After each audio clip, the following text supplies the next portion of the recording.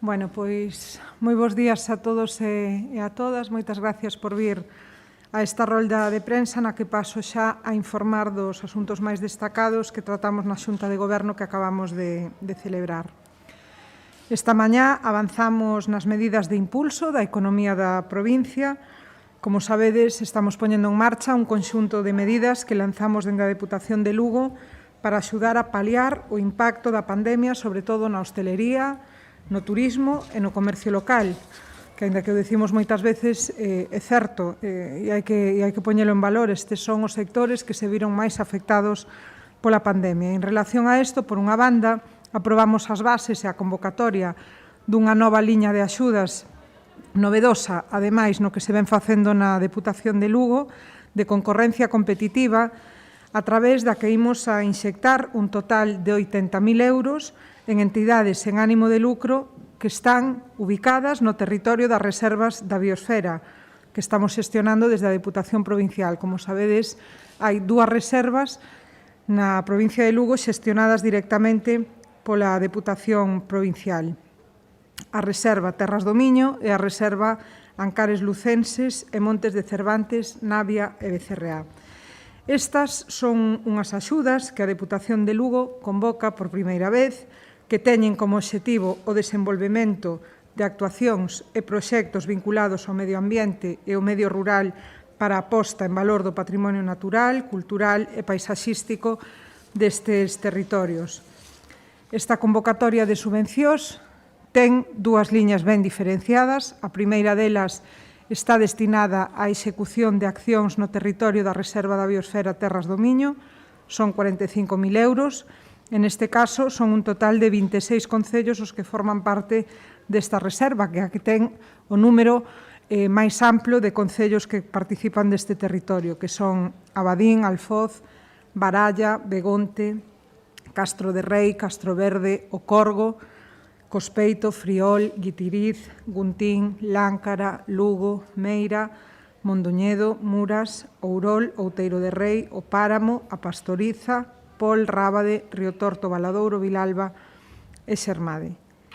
E unha segunda liña está destinada á execución de accións no territorio da Reserva da Biosfera, os Ancares Lucenses e Montes de Cervantes, Navia e Becerreá, que conta, neste caso, con un total de 38.000 euros e que comprende 3 municipios, que son Becerreá, Cervantes e Navia de Suarnos, que integran esta reserva, que teñen, sen dúbida, unha orografía ben complicada tamén.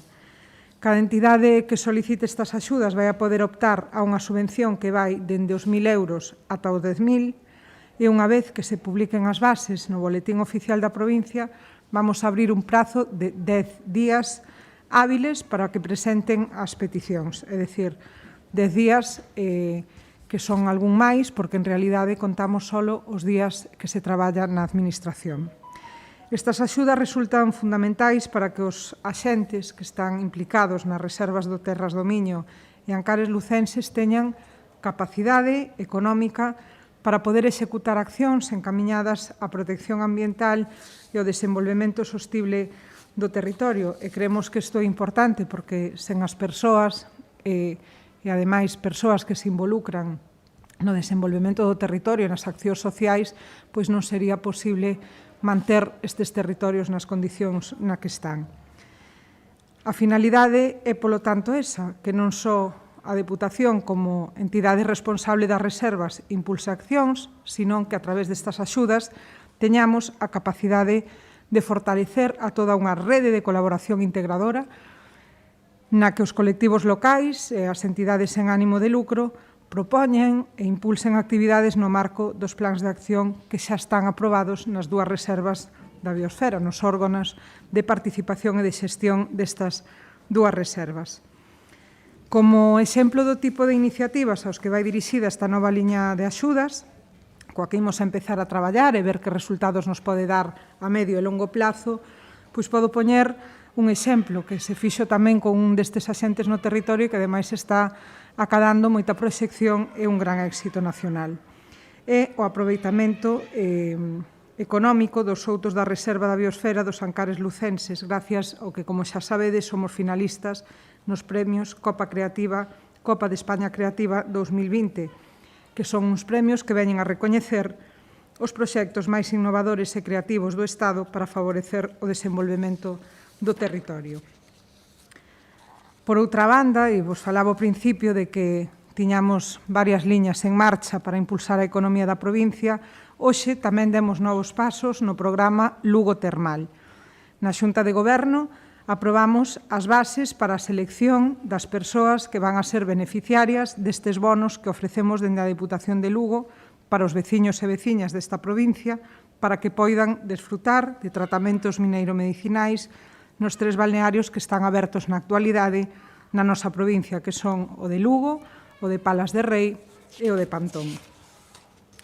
Tal e como xa anunciamos, este ano, e como novidade precisamente para incrementar o número de participantes, decidimos aumentar o rango de idade dos beneficiarios deste programa, de modo que van a poder participar maiores de 50 anos e con un acompañante que non teña necesariamente esta idade. O obxectivo é aumentar o beneficio directo destes descontos nos establecementos termais e poder así axudarlles a recuperar a súa actividade tras o parón provocado pola pandemia. En total van a ser 1.320 prazas nos 3 balnearios, divididas en 2 modalidades. Unha, os tratamentos con estancia, e outra, os tratamentos sen estancia. As persoas beneficiarias que queiran participar neste programa deberán de cumprir 4 requisitos. O primeiro, estar empadroado ou empadroada nalgún dos 67 concellos desta provincia e ter, polo menos, os 50 anos cumplidos. Outro requisito, segundo, sería que esa persoa que solicita se poda valer por si mesma. O terceiro, que non teña padecido, non este padecendo alteracións do comportamento que afecten á convivencia. En cuarto lugar, carecer de contraindicacións médicas que lle impidan participar nestes tratamentos. En canto ás plazas repartidas por modalidades, pois 1.000 van a ser para tratamentos con estancia, que inclúen réximen de pensión completa durante 6 días e 5 noites e un mínimo de 15 técnicas termais. E 100 prazas serán en Lugo, 700 en Pantón e 200 en Palas de Rei. Esta alternativa ten un custe máximo de 250 euros por persoa e estancia, dos que a Deputación de Lugo se vai a facer cargo de 60,50 de máximo e a persoa usuaria do restante, de 189,50. A segunda modalidade vai a ser o termalismo sen estancia. Neste caso, contamos con 320 plazas e os beneficiarios ou beneficiarias van a poder recibir un mínimo de 30 técnicas de tipo termal durante 10 días. Neste caso, os participantes vanse a beneficiar dun precio vantaxoso de 200 euros gracias aos descontos que ofrece a Deputación. En este caso, o reparto serán 100 plazas en Lugo, 150 en Pantón e 70 en Palas de Rei, isto en función tamén da capacidade dos balnearios. Nos vindeiros días, para que xa quede oficializado, publicaremos estas bases do Lugo Termal no Boletín Oficial da provincia, donde poderán facer a consulta completa delas todos os interesados. E o plazo de inscripción rematará, unha vez remate o programa ou se esgoten as plazas. Para rematar xa cos asuntos da Xunta de Goberno, dicirvos que tamén lle dimos o visto bo a solicitudes de 2 concellos para invertir remanentes do Plan Único do 2020 noutras accións. Por un lado, temos o Concello de Quiroga, que solicita unha inversión de 3.100 euros para suministrar un novo programa de rexistro municipal de habitantes, e, por outro lado, o Concello de Cervantes, que vai a mellorar con 5.000 euros os camiños de Trabado. E estes foron os principais asuntos que abordamos na Xunta de Goberno desta mañá, e a vosa disposición se tedes alguna pregunta ou precisades alguna aclaración. Vale, moi ben. Graciñas.